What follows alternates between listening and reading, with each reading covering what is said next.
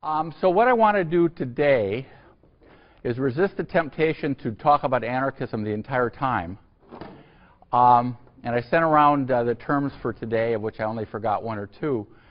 So what I think I'll do at the beginning is I'm going to talk about very quickly about socialism and the difference between revolutionary socialism and reform socialism. Add syndicalism to the mix. And these are all terms that I sent to you, so I'm not going to write them on the board because I need the board. And then for most of the lecture, I'm going to talk about anarchism. Because anarchists didn't want to reform the state. They didn't want to seize control of the state either by revolution or by electoral process. They wanted to destroy the state. And so I'm going to talk about those guys for a while. And most anarchists were not terrorists, but at the end I'm going to talk about a guy that I followed around for 4 or 5 years who was a terrorist, and arguably, it's a book I just finished, we can find the origins of modern terrorism in this guy, who's called Émile Henry. And this will fit into Paris as obviously sort of a sub-theme in this course. And so is the state and capitalism. And this particular person, Émile Henry, set out to bomb and to kill. And his targets changed the name of the game for terrorists. And so that's obviously what I can't wait to talk about. But first, I'm going to just review briefly for you. It's getting briefer every second that I think about this. The socialist stuff, which you can read about, and as the rise, with the rise of mass politics in Europe in the 1880s and 1890s, there was the rise of mass socialist parties. Now, basically, just to review, there are two kinds of socialism. There were the revolutionary socialists, who believed that, of which Marx was an obvious example, and his son-in-law, Paul Lafargue, a name you don't have to retain, who brought Marxist theory to France, who believed that revolution would come when the proletariat was class conscious, and after a bourgeois revolution, of which he basically thought 1848 had been a good example, following in 1789, and the proletariat would rise up and break their chains and bring this brave new world. And so there were revolutionary socialists in Italy, in Spain, and in France, and even a few in Germany. And then reform socialists said, look, states are becoming stronger and stronger and can break revolutions very easily. Look what happened in the Paris Commune of 1871 when about 25,000 people are massacred, men, women, and children, are gunned down, and that the way to bringing social reform and abolishing the abuses of capitalism is through reform. And this is the reformist tradition. In Germany, it's identified with somebody who's in the book, Bernstein, Eduard Bernstein.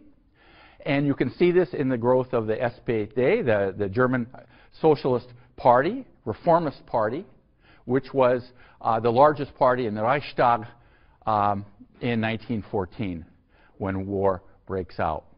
And so what you do is if you organize, you can get legislatures, if you have enough socialists and enough well-meaning other people in the legislatures, in the Reichstag or in the Chambre des Députés or the other parliaments and places that had parliaments, then you can vote in laws. You can vote in mine safety regulations because mines killed so many people. Mining accidents killed so many people. There's one in the Pas-de-Calais where hundreds and hundreds of people, there's 1,000 people get killed in one accident in about 1910 or 1911. You can pass an 8-hour day or a 10-hour day. You can pass laws making it harder and harder to employ children, particularly in dangerous tasks. You can do things for women. You can do things for families. If you elect the right kind of people, you can have a revolution through reform, through the ballot. And the great socialist leaders, such as Bernstein, whom I just mentioned, or the great Jean Jaurès, whose death on the 31st of July, 1914 was really the end of an era and the beginning of another era, a scary era of the war. And people had that sense. he was the one who in France unified the socialists and the revolution, the reform socialists and the revolutionary socialists, though there are still fissures in their approaches. And of course, the old revolutionary socialists would become the communists after 1920, when the French Communist Party is begun in the wake of the Russian Revolution, which seemed to be even though it was a revolution in a very complex situation that seemed to say that you can have a revolution. But anyway, so reform socialists dominate in Germany. They dominate in France. They dominate in Belgium. The Socialist Party is terribly important. In Italy, they become more important, and in Spain as well. And so those are the two big traditions. Now, some of the tensions between revolutionary socialists and reform socialists can be seen in the fact that revolutionary socialists said, look, if you are working in the Reichstag and you're trying to get better insurance plans, ironically, it was Bismarck, Bismarck's Germany, that gives really the first substantial insurance program for workers. What you're doing is you're propping up the bourgeois state. You're buying into it. You're supporting indirectly their armies that crush workers in strikes, and they did in the heroic age of syndicalism. More about that in a minute, 1895 to about 1907 in France. But in other countries, it's about the same thing. So you're propping up the bourgeois state by participating in electoral politics. But lots of revolutionary socialists, and this is all in the book, so don't worry about this, but a lot of them sort of say, well, look, if we don't run candidates in elections, how are they going to know about us? So they too would run candidates in elections. So they're put at really kind of coincé, and they're really sort of stuck between a rock and a hard place, because they're running candidates in elections in which they do not believe. I'm not here talking about Russia, because that is more complicated with the Bolsheviks and the Mensheviks and the socialist revolutionaries, and we will come back to them. So I'm talking basically about Western Europe. And you have to imagine that Lenin and the other Russian socialists are sort of walking around the lakes of Geneva and of Zurich in exile and trying to imagine this future. But that's the big difference between socialist reform and revolutionary socialists. Now, to make things even more complicated, you have a group called syndicalists. And the word syndicalist is an English word, syndicalist, which I sent along on a friendly email from yours truly. Syndicalist, the word comes from the French word for unions, which is a syndicat, syndicalists. And what they said is, hang on. They kind of believed with the revolutionary socialists. It's saying, if you get involved in the electoral process, you are propping up this corrupt bourgeois state. You're propping up this dynamic duo of the state and capitalism. And they say, syndicalists say, look, we will organize from the ground up, beginning in the shop floor, the factory. And that will be not only a means to obtain a revolution, it will be a means, it's a way of seeing what the future world will be like, when everybody tutoies everybody or dues everybody, and the kind of relations, the friendly, equal relations of the shop floor become, after the revolution, become the way the world will be organized. And in the south of Europe, in Italy and in Spain, these folks are called, and I sent this around to you, anarcho-syndicalists. You see a transition here. Anarcho-syndicalists. And because they're rejecting the state and they're looking in the future, and the decentralized organization is part of it. And anarcho-syndicalists have considerable influence in Spain and Italy. They believe in direct action, in sabotage, in strikes, but in union organization.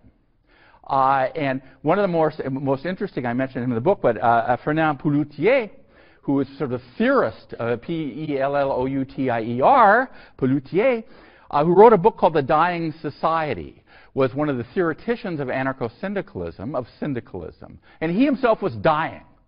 He was dying of TB, though he was not a worker. Tuberculosis was a working class disease. Go to Pennsylvania. Go to West Virginia. Tuberculosis, the ravages of the mines in the United States were just incredible. And in porcelain factories and all sorts of places, glass factories all over the place. And Pelloutier creates these things called labor, or he's one of the people who come to these things called labor exchanges. And bourse de travail, you call them in French, but labor exchanges, which were towns where you had municipal socialists in power at the municipality level, the municipal level, and you did in some cities, are giving municipal funds to start these labor exchanges, which are buildings. You can still see them. When I was invited to Limoges to give a big talk about by the Confédération Générale du Travail, I mean, we started the apéro, the first round of drinks about noon in the labor exchange, in the Maison du Peuple, the house of the people. And they were places where workers coming from other places could come and get a meal, get some money, and above all, find out about jobs.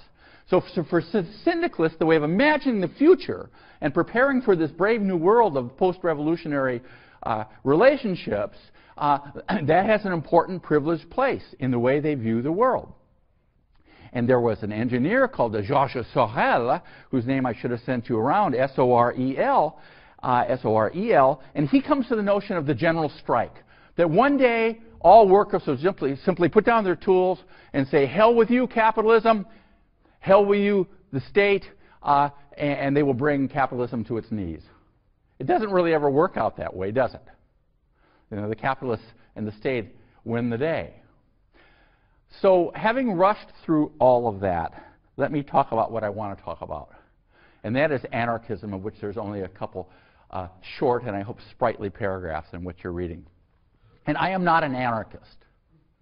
I was on sometimes when I give talks at various places, at St. Louis recently and other places, people at the end will think, hopefully they'll never think I'm a terrorist, because I'm certainly not. And when I talk about this guy, I do not so with affection or admiration, but I know him because I followed him around. But I want to talk, and most anarchists were not terrorists, and one wants to make that clear. It's not surprising that the great strengths of anarchism are in Spain, in Catalonia, and in Andalusia, in the south of Spain, and in southern Italy. Why? Because that's where the Italian and the Spanish states have very limited success in convincing people that they're Spanish or Italian. And why should they believe they're Spanish or Italian? Well, the southern Italians thought that the republic was or the monarchy, but the progressive monarchy, so-called, was a plot launched by tax collectors and industrial capitalists in the north of Italy. And in Andalusia and in Catalonia, where the Guardia Civil, who tended to be from Galicia, a conservative part of Spain, where the odious Franco was from, or from Castile, the area around Madrid, huge area around Madrid, it was easy to see how they associated the state with something that they didn't want. But in writing about anarchism, I tried to put myself in to try to think of how anarchists viewed the world. And I want to tell you a story that's a true story. But if you're trying to imagine how anarchists viewed the world, this story is not a bad one. It's about a cork worker making corks for bottles of sherry in the south of Spain. And he's dying. And he'd been an anarchist his entire life. And he hated the state, and he hated capitalism, and he hated the church. And he's dying.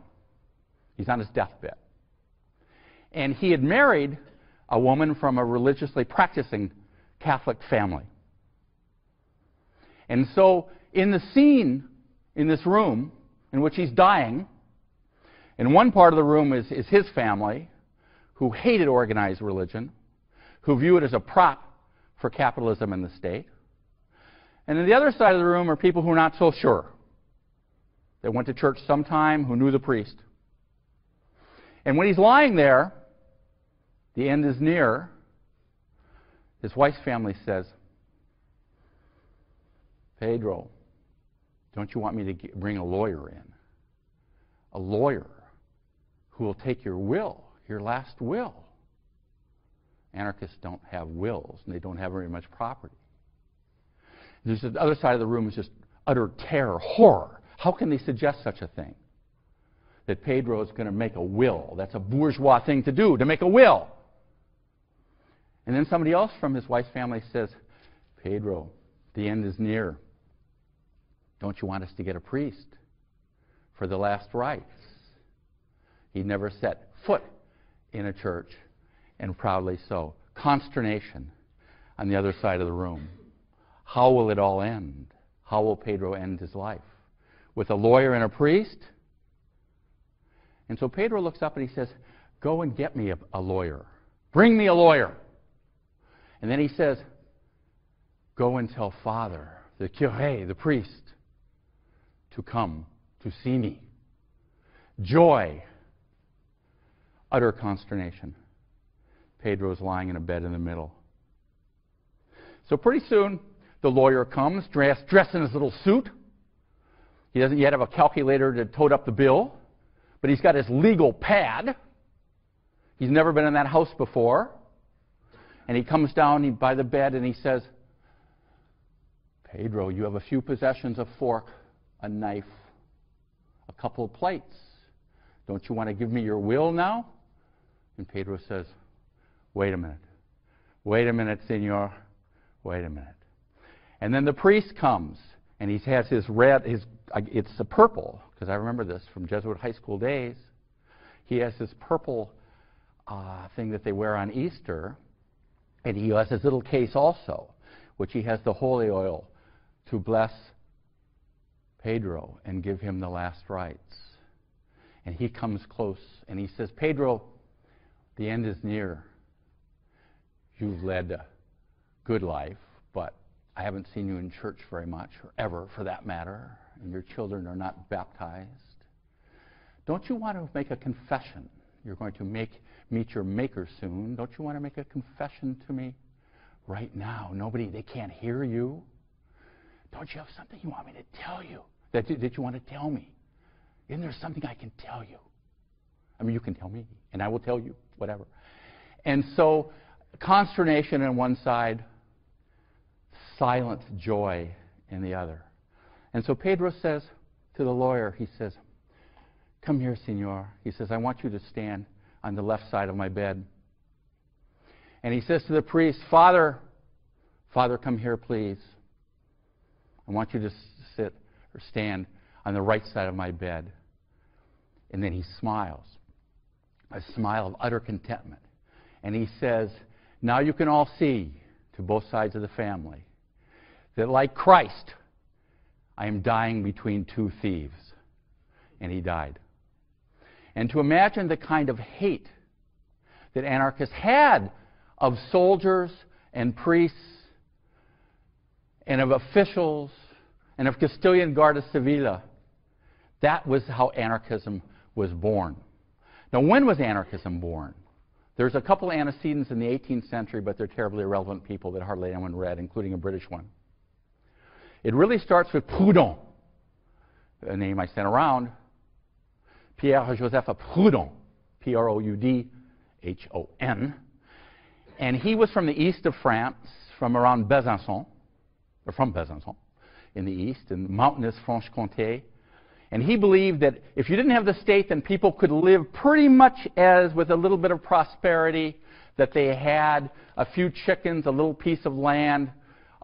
People tended to live like that there. It was a place where nobody had very much, but everybody had enough to get along. And he writes the following. This is my lecture note. To be governed is to be watched, inspected, spied upon, directed, law-driven, numbered, regulated, enrolled, indoctrinated, preached at, controlled, checked, estimated, valued, censored, commanded by creatures who have neither the right nor the wisdom nor the virtue to do so.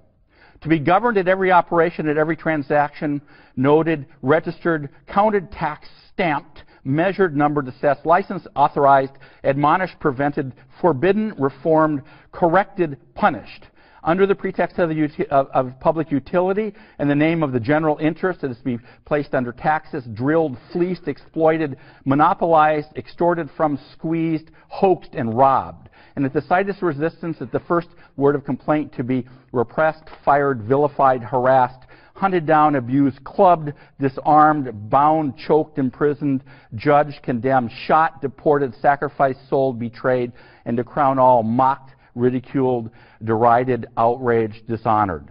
That is government. That is its justice. That is its morality. He wrote a book, a pamphlet in 1841 called "What is Property?" And his answer is property is theft. Now, he didn't mean that all property was theft. What he meant was too much property was theft, or unearned property was theft. And Proudhon had lots of influence among some peasants, but mostly artisans. In the world, by the way, that the great painter Gustave Courbet painted a lot in the area around Besançon, Ornans, burial of Ornans, lots of really marvelous paintings of people at work, the stonebreakers, people just working their guts out for very little. And Proudhon, in 1848, it said he went down in Paris and put a brick on a barricade and threw up, nauseated by the thought of violence, of revolution. And his successors, so the leaders of the anarchist movements, were Michael Bakunin, whose name is in there, B-A-K-U-N-I-N, an enormously tall, bearded, heavy-drinking, heavy-eating, heavy-sweating Russian noble, a prince who was an anarchist who said, the revolution will come, it will come with a single spark, and all the hundreds of millions of toilers, the serfs, will rise up, and they will slay their social betters and create this new brave world based upon their village harmonies. And he said, destruction is a creative passion, quote unquote, entre guillemets. Destruction is a creative passion. And in 1848, he led police on a merry chase. He spent time in the Russian Slammer. He escapes through Japan, goes through the United States, ends up back in London, terrified people. His image, I mean, this is before photographs, or just photographs are just starting out, and there are photographs of him. And he met Marx, whom he hated, and Marx hated him. He thought that Marx was ruining class struggle, was ruining revolution by preaching over and over again about waiting for revolution. Class-conscious workers, what you need is peasants to rise up as they had in Pugachev's rebellion and all the other rebellions in the early 17th and 18th century. He dies in the early 1870s. You know, a phenomenal character.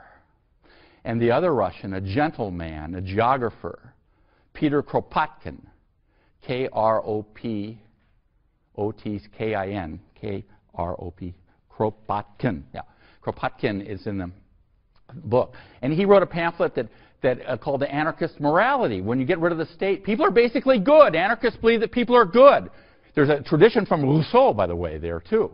Rousseau, who lived in east of France, or what would become France, around Chambéry, who believed in the primitive.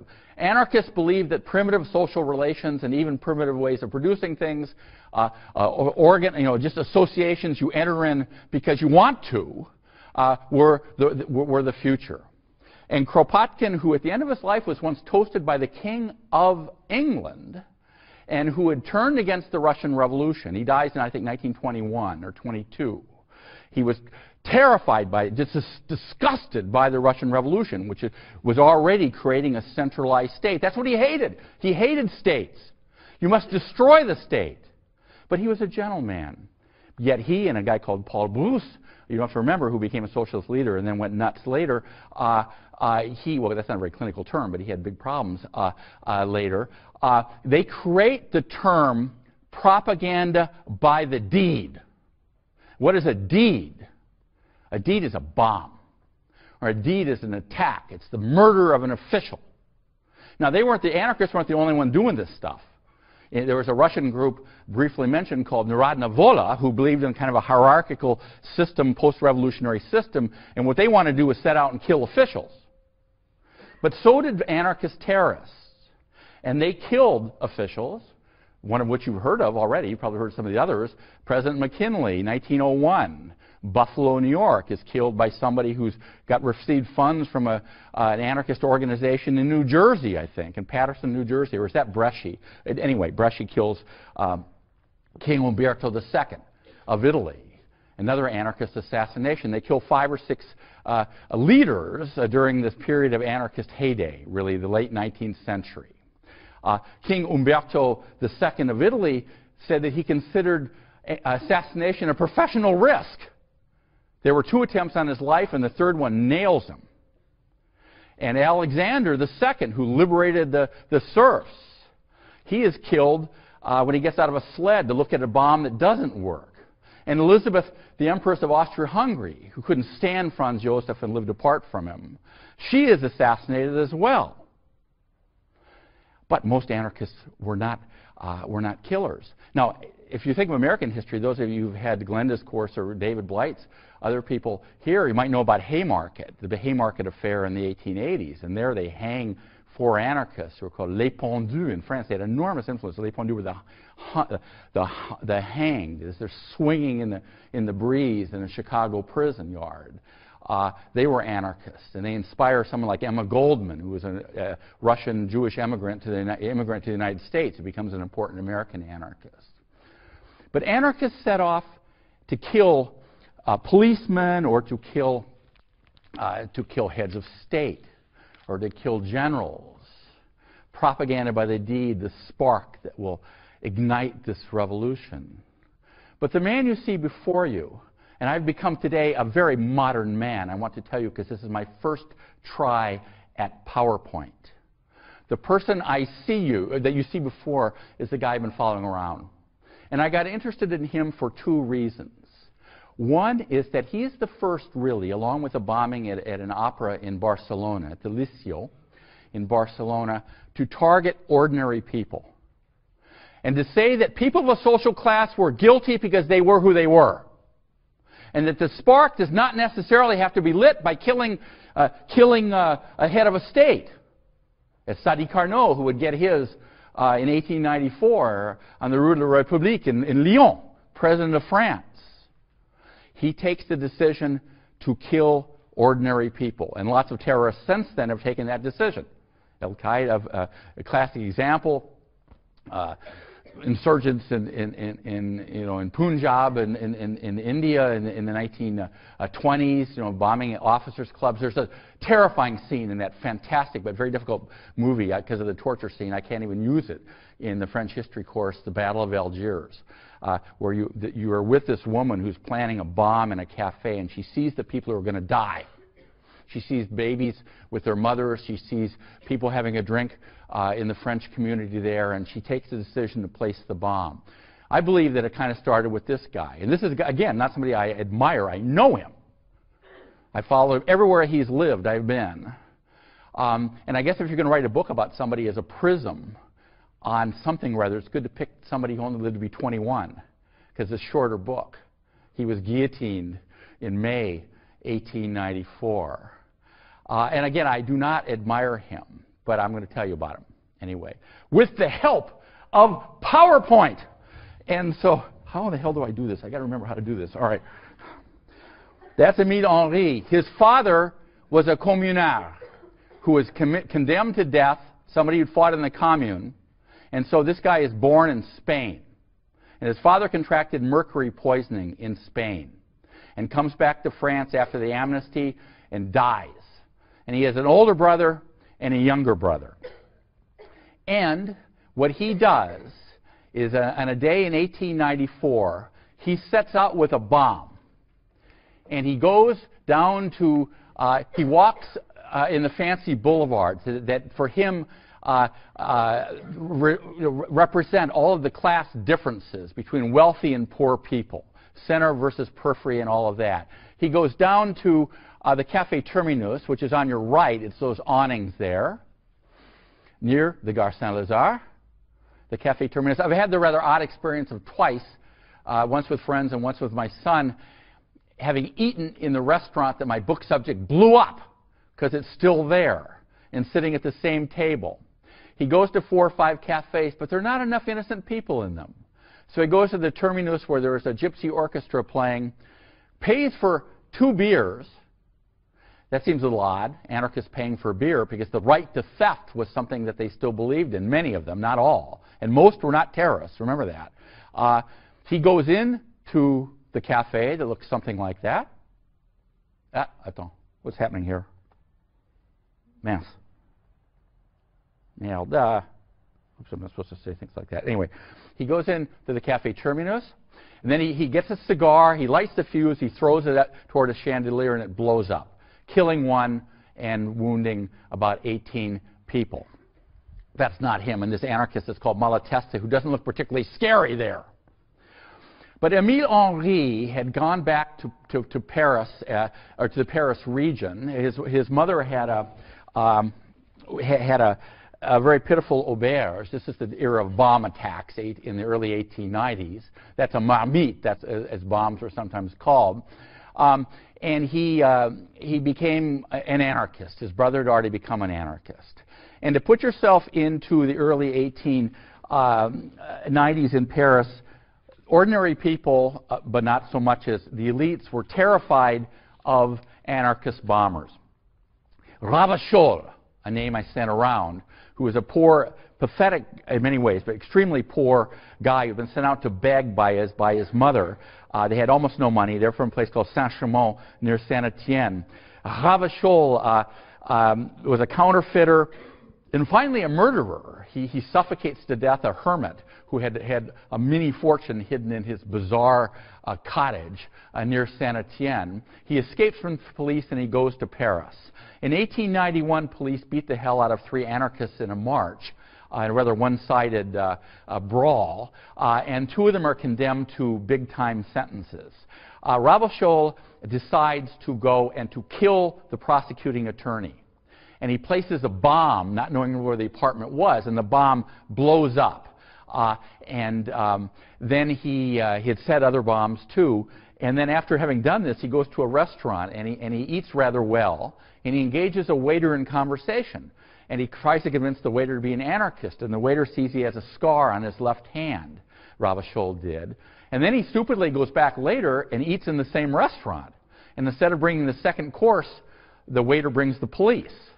And after a tremendous struggle, Ravachol is captured, put on trial for his life, and he memorably holds up, God damn it, how do you work this thing? Oops, I'm supposed to talk like that. Anyway, he is, all right. He is guillotined, and he's really kind of a bastard. I mean, not more than that. He killed other people too, probably. But he finally is guillotined. But what happens is that 2 things happen. Not only in Paris but in other places, is that the people of means living in the fancy quarters are extremely frightened, and there are all sorts of death threats that get sent around. But Ravachol, to those anarchist terrorists, he becomes a martyr. Look at him. Here his head is is framed by the guillotine. Ravachol, who had been betrayed by an anarchist friend, dies at age 33.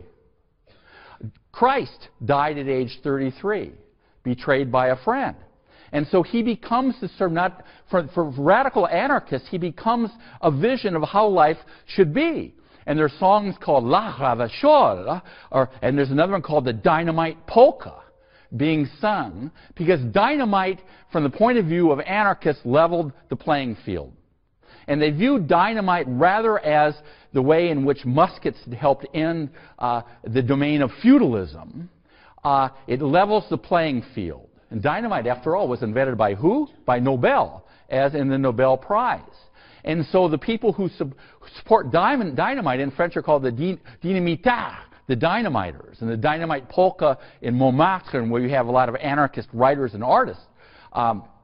Pizarro is an anarchist, and the literary and art critic, above all art, Félix de Fénelon, who was a friend of Émile Henry, is an anarchist as well. So it's into this world that the young Émile Henry, here you go, here's just one of, I read hundreds of these things, this said, you've always been hard with your domestics, you're going to be blown up. Death to the richest. There are hundreds of these things. They're all sent all over Paris, not just the fancy neighborhoods. And there, many times, not many times, but I've been in, well, I see hundreds and hundreds of times, but at the airport you hear these explosions sometimes as they blow up suitcases that haven't been claimed. That's the first known, machine that blows up suspect items, including lots of bad jokes, sardine cans with a little bit of powder left in them and that kind of thing. So it's in this world that Émile Henry learns to hate. And that he certainly does. That's where his mom had her auberge. Ironically, it's near Euro Disney now, but then it was a village. That's not the one. It was up the street a little bit. See, I did follow him around, you can see. And there's his mother there. And up on the right is the place he lived in, one of the places he lived always around, except for one occasion, around Montmartre. And that's his girlfriend. He had unrequited love. She had the disadvantage of being married to another anarchist. and he writes her clumsy poems. He falls in love with her. She blows him off. But in the end, she wanted to take full credit before the press for having been the lover of Émile Henry after his deeds, his bombs, but he wasn't. And that's one of the places he worked in Paris. I love that because you hear that, that's a beautiful sign, and that company hasn't existed since World War I. But you can follow him around. And then in 1892, Émile Henry, 2 years earlier, he had killed before. There was a strike in the south in France, in Carmaux, glass workers in Carmaux. And so the third block on the left is number 11, and that's where the company is. And they found a bomb there, placed about 11 in the morning, right there. That's not the way it looked then. I've gotten in there. I've gotten in there twice to see where he placed the bomb. My son gets a little tired. I said, Dad, do we have to look at another one of these places? They find the bomb, and they carry it down to the police station, which is still there. And it was a reversible bomb, which means that when the chemicals run together, boom, and it kills 5 people terribly, 5 policemen and a secretary among them, you know, body parts just all over the place. Émile Henry that's one of the places he lived. He is eliminated from the list of suspects because they said he could not have gone on the 2 errands his boss sent that day from near the Station of the North, down toward the center of Paris, then up toward the Arc de Triomphe, gone back to Montmartre and gotten the bomb, placed the bomb, and got back in 2 hours and 15 minutes. When he went on his trial for his life, when he went on trial for his life in 1894, a detective said, yeah, he could have done that in 2 hours and 15 minutes. So, being a bit of an empiricist, I did it. And I replaced tramway and omnibus with a bus and with a metro. I never take cabs, but I took instead of a carriage, of course didn't take that, I took a cab and I subtracted 11 minutes when my cab couldn't turn left on the Avenue de l'Opéra. He did it. There's no question about it. In fact, when they did the reconstitution of this building, he knew every single part of this building. He did it. There's no question about it. Why did he hate so? Well, part of it, again, this is the theme we've talked about before, was the social geography of Paris. Everywhere he lived, with one exception that you just saw, was in People's Paris. And all of the facades are still there. That's where he lived on the Rue Véron. It doesn't name. That's where he lived on the very top floor. That's where the poor lived. He gets the bomb there in 1892. And they hated Sacré-Cœur for reasons you already know, because it was a symbol of penance for the Franco-Prussian War and penance for the Commune. And his father was one of the people condemned to death, who was lucky enough to get out and not be executed. And there's a Zola novel that's very underappreciated called Paris, published in 1898. It's about a priest who, to take an REM song, is losing his religion. And his brother is an anarchist, Guillaume. And he has fantasies about blowing this place up. I think it's ugly as hell. But I once went with my wife to see where they cast the huge bell that would drive people nuts, and still does, called the Savoyard. But that bill wasn't there. But as a symbol, you can't walk around Montmartre and not see it from various places. And so he becomes a terrorist because the people that he sees around him are very, very poor. And he convinces himself, even though he's an intellectual, he's a bourgeois. He could have gotten into the École Polytechnique, which is a super Grandes Écoles. It's a big engineering school. He's a great student. He's an intellectual. And that's the other thing, besides picking innocent people, quote-unquote innocent people. All people are innocent, but you know what I mean. The other thing is about he is not a sad sack or a dangerous one like Ravachol. He is not a guy called Vaillant who places a little teeny tack bomb and throws it in the Chamber of Deputies to call attention to the plight of the poor and is guillotined. The first person in the 19th century guillotined who did not kill somebody. And so this guy goes out to kill.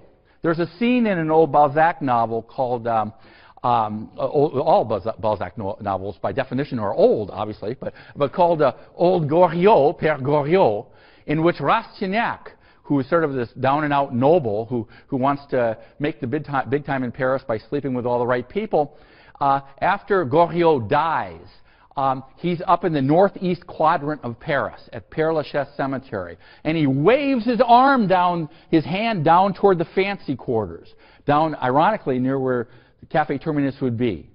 The fancy quarters, even before there are boulevards, and he says the equivalent of, it's war between you and me now, baby. It's a rough translation, but that's what he said. Émile Henry walking around on the hills and seeing people walk down to be domestics because they couldn't afford to take the tramway or the omnibus, horse-drawn carriages. he waves his hand and says, it's war between you and me, baby, and I will ignite the spark that kills you MFs right away.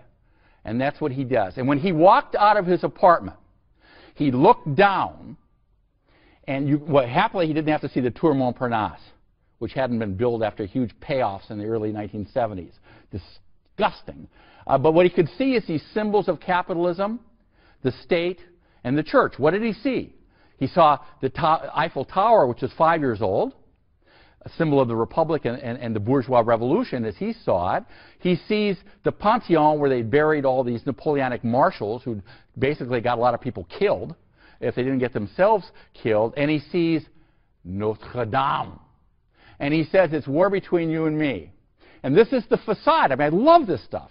The inside building where he lived isn't there anymore. And now it's kind of an area that's a little bit sketchy. There's a lot of drug dealing. When I got myself into there, I had to didn't want to look like a plainclothes policeman. Do I risk looking like a plainclothes policeman? No. I didn't want to look like a tourist, sort of slumming. I don't look like that much either. And when I went by these guys who were sort of hanging out there, I said, "Salut les gars," or something like that, or "Hi guys, what's up?" And I got myself in there to see where he once had lived. But the point of that is that you can see what he saw, and that gate is exactly the same as that day when he walked out to kill for the second time. And his bomb that he threw into the terminus, now this is back in 1894, this is where we started. It hit a chandelier and exploded. And he said at his trial that he threw it too low. He should have thrown it higher. It would have killed more people. Only one died. He'd already killed 5 before. And then people are terrified. They run all over the place.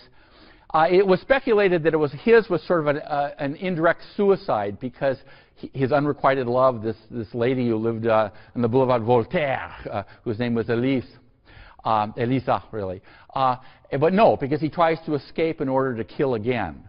And they chase him, they catch him, a barber helps catch him, a controller on the tramway hits him with the control mechanism that punches tickets, just like in the old days on those things. Not that I ever was in a horse-drawn carriage. And they get him and they take him, he's arrested for murder, Émile Henry, and is put on trial. That's where he's writing his mother. We know a lot about him because they kept all these documents. So this was it was so fun doing this. I love stuff like that. And his mother was devastated, as you can well imagine. She could not believe that her Émile could have done this. He was her pride and joy after the death of the father. And he's put in those of you who've been to Paris will recognize this is the Conciergerie.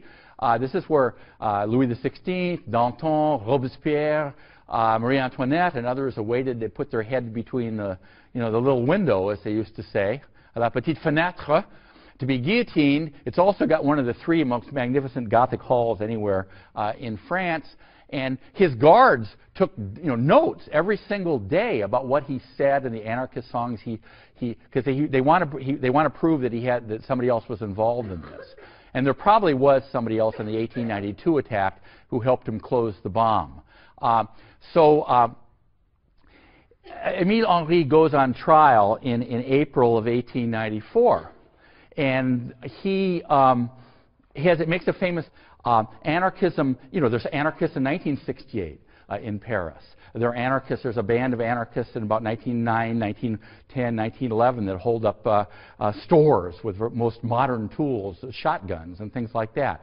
But the anarchist attacks were over. There was no question about that. That doesn't make Émile Henry less interesting. As an intellectual, the cross-class kind of, and you see this in Middle Eastern terrorism too. But my book is also about state terrorism. What stops anarchism stops anarchist attacks in Spain is the fact that the public becomes aware that the police were hideously torturing people who did not agree with the politics of the state. They were torturing them. You can see where this one could go in a political a diatribe, which this isn't. In Italy, when the state overreacts, anarchist attacks virtually end. Now, anarchism does not end in Spain. It does not end also, for reasons that are perfectly clear already, in Buenos Aires. And there's still huge anarchist community of exiles from these Western European countries, from all over the place, living in London. Ironically, in one of the more chic parts of London, which was then very poor, around Charlotte Street, where you can't afford to have a pint of beer anymore. And that's where they lived. So he was wrong about that. The roots of anarchism were too great. But the connection, that I would make, obviously, and especially since it's being filmed, it's not the place to do it.